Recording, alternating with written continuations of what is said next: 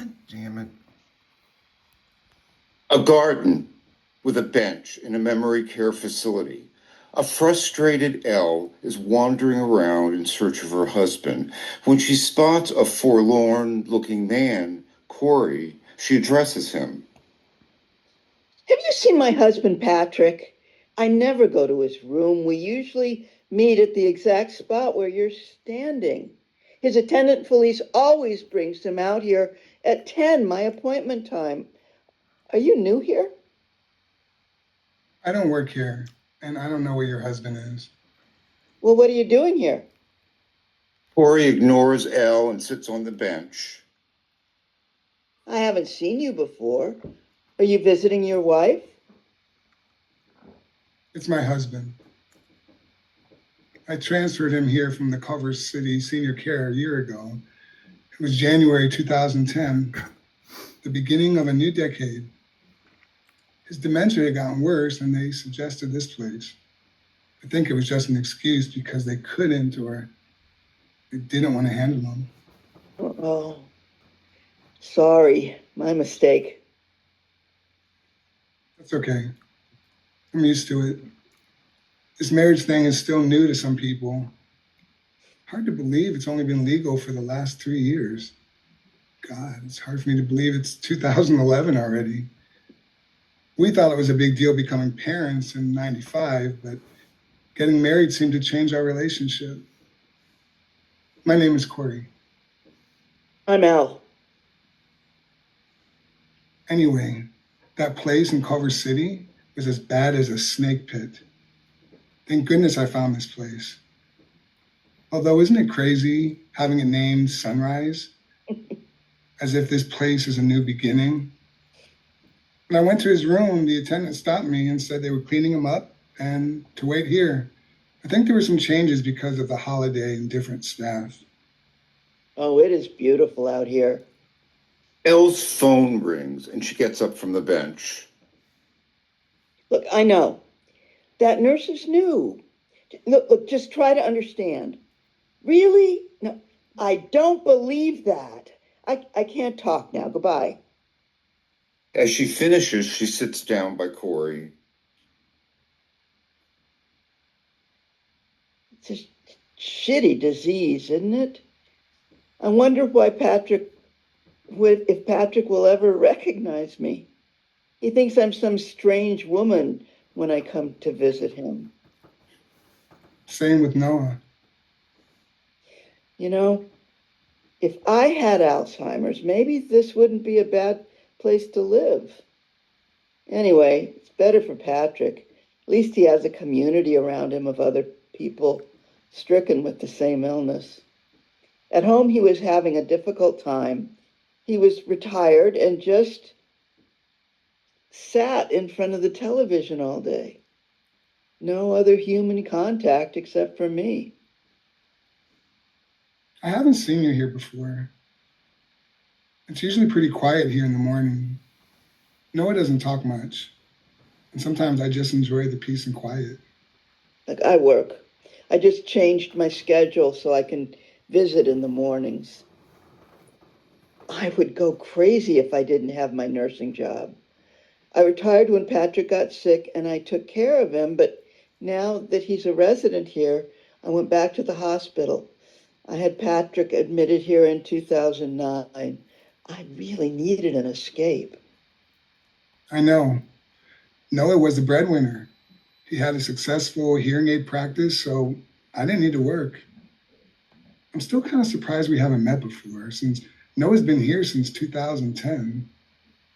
Elle leans down and pantomimes petting a dog. Oh, this guy reminds me of our dog Guppy. According to Patrick's doctor, Guppy was the first to identify Patrick's dementia. Every time Patrick urinated, Guppy would bark. Apparently, they can sniff out Alzheimer's disease by smelling the odor changes in urine caused by the illness. We had a cat. I think they are so stuck up. Mm-hmm. But I will admit that our cat, Candy, was a lifesaver at keeping Noah company when I was doing errands and needing a break. When I came home, Candy would be on Noah's lap. Mm. You know, before Noah got sick, he wouldn't allow us to have any pets. He was a real germaphobe, but with dementia, it's like he forgot to be afraid of germs. I know what you mean about a pet as a godsend. I'd watch Patrick and it looked like he and Guppy were communicating, that it was easier for Patrick to talk to Guppy rather than struggling to find the right words for our conversations. Unfortunately, Guppy died of old age. He was 13 years old. After Guppy was gone, Patrick went further downhill. I get it. I sometimes would bring Candy here, and Noah's whole attitude would change. The people who run this place said usually pets weren't allowed, but they made an exception for Candy. At first, Candy really helped Noah adjust to this place, but recently, Noah's no longer connected with her, so I stopped bringing her here. Corey stops and holds his stomach. Elle ignores Corey's distress. Her phone rings again. Elle looks angry as she answers. Look, I can't really talk right now. I'm visiting Patrick. No, I understand. Look, what if we just go over it during your break later today when my shift starts? I am not being rude. I do want to listen to your complaints. Look, I'll set aside an hour for you. Goodbye. Dog barks. It seems this little fella is a community dog. Uh, He's got a big responsibility taking care of all the residents. Look, he's running off as though it's his cue to go on a rescue mission to save one of the patients. what kind of work do you do? You know, I did lots of volunteering, especially in the 80s when AIDS was decimating my community. I ran rap groups for the Gay and Lesbian Center for guys who were HIV positive. Then in the 90s, I got involved with the city of West Hollywood. I kept busy. Of course, now Noah consumes all of my time. But since Noah's staying at Sunrise, isn't that another transition for you? That you don't have to take care of Noah? You're right. Maybe that's why I've been feeling aimless, like I don't have a purpose. I guess you're lucky that you were able to get back to work. Are you okay? I'm diabetic, and I felt like my sugars were crashing. Guess I didn't. Like sugar. I guess I didn't eat before I came here. I had no idea it would be. Some popular sugar-based recipes. I'd be waiting this long. That's probably why my stomach is acting up. Yeah. My doctor said I need to eat every 2 hours. I had colon cancer 2 years ago. Oh. Both Corey and Elle look up and off to the side, listening to music. Whoa, that song brings back memories. Yeah. I couldn't believe that it was banned from being played after 9/11. As if the line about leaving on a jet plane and not knowing when you were coming back would be so insensitive to the survivors of 9/11. Yeah. Mary Travers' voice is so rich. I just found out that a very young John Denver wrote that song before he became famous. Music's been a big part of our lives. Patrick used to write music reviews. Something about that song really bothered Noah. Whenever it came on the radio, he insisted we change to another station. Patrick loved their music.